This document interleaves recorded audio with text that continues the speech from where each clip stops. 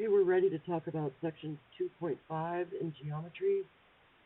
And the section is on angle relationships. So you may have gotten a conjecture sheet from me in class. If not, I'll make sure you get one.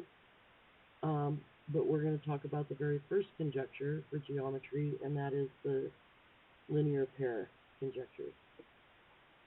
And conjectures are named with a C and then followed by a number. This is the first one, so it's C1. This conjecture says that if two angles are a linear pair, then the measures of the angles add up to 180. So these are a linear pair because it forms a straight line. And I know the angle measure of a straight line is 180. So if one's 120, the other one is 60.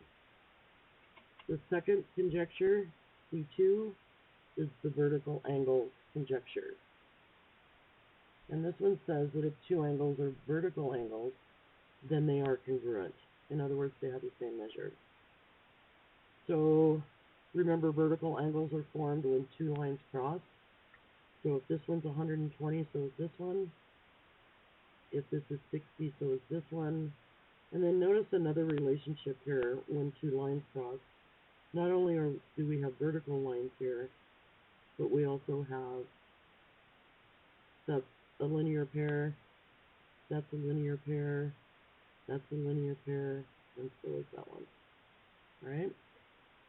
So I'm going to go ahead and do exercise number 4 on your worksheet 2.5. I hope you can see these numbers. This is 138. Okay.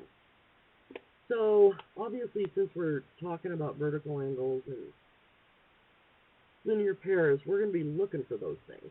Okay. So notice that 132 degrees here in E. Those are vertical angles. I know that E has to be the same as that. So E, let's go ahead and do that one since we know it, is 132 degrees. And I also like to write it here just so I can see those relationships a little better. All right, this is a right angle. This is a linear pair. So if this is 90, so is this one. They have to add up to 180. So A is 90 degrees. But guess what? So is B.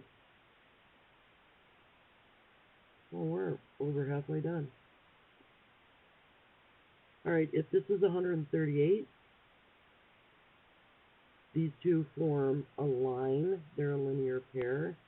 So C is equal to 180 minus 138, which would be 42 degrees. And I can find D a number of ways, actually. I know that D plus 132 have to be 180 because that's a linear pair. So 180 minus 132 is 48 degrees. Oh, look how easy that was.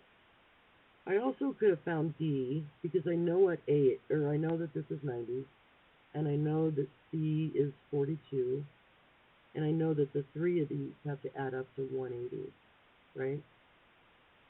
I could have done it that way too, but since we were talking about linear pairs, I decided to go with that way. And that's what most of this worksheet for 2.5 is going to be, finding missing relationships or missing angle measures. And that's it for 2.5.